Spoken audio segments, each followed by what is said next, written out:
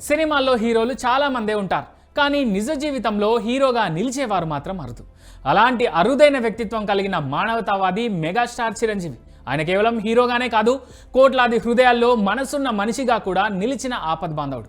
25 ఏళ్ల క్రితమే Chiranjeevi blood bank, Chiranjeevi eye బ్యాంక్లను స్థాపించి వేలాది మందికి జీవం పోశారు.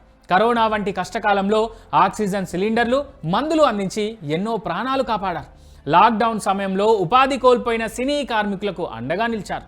ప్రకృతి విపత్తులు వచ్చినప్పుడల్లా ముందుండి సహాయం చేయడంలో ఆయన చూపే చొరవ గురించి ఎంత చెప్పుకున్నా తక్కువే. ఎన్నో సేవా కార్యక్రమాలతో నిరంతరం ప్రజలకు అండగా నిలిచే మెగాస్టార్ తాజాగా మరోసారి తన దాతృత్వాన్ని చాటుకున్నారు.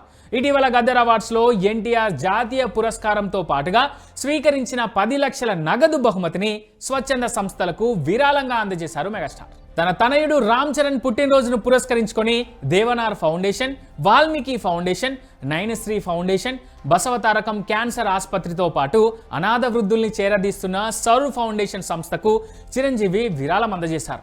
అనాథ వృద్ధులను చేరదీస్తున్న సర్వ్ ఫౌండేషన్కు విరాళంగా చెక్ అందించి 50 మంది వృద్ధులను బ్లడ్ బ్యాంకు ఆహ్వానించి వారికి బట్టలు పెట్టారు. ప్రత్యేక విందు ఏర్పాటు చేసి తన చేతులతో స్వయంగా వడ్డించి వారి మనస్సుల్లో ఆనందాన్ని నింపారు మెగాస్టార్. తెలంగాణ రాష్ట్ర ప్రభుత్వం ఏటా అందజేస్తున్న గద్దర్ పురస్కారాల్లో భాగంగా చిరంజీవి ఇటీవల ఎన్టీఆర్ జాతీయ పురస్కారం అందుకున్నారు. 10 లక్షల నగదు బహుమతితో కూడిన పురస్కారం ఇది. ఆ నగదునే అవసరార్థులకు విరాళంగా అందజేసి గొప్ప మనసు చాటారు చిరంజీవి. ఇదే కాదు, తాజాగా తెలుగు ఫిలిం జర్నలిస్ట్ అసోసియేషన్కు 5 లక్షల రూపాయలు అందజేసి తెలుగు ఫిలిం జర్నలిస్టుల సంక్షేమం పట్ల తన ఉదారతను చాటుకున్నారు మెగాస్టార్. అంతేకాదు, ఉగాది పర్వదినాన్ని పురస్కరించుకొని మరో గొప్ప నిర్ణయం తీసుకున్నారు.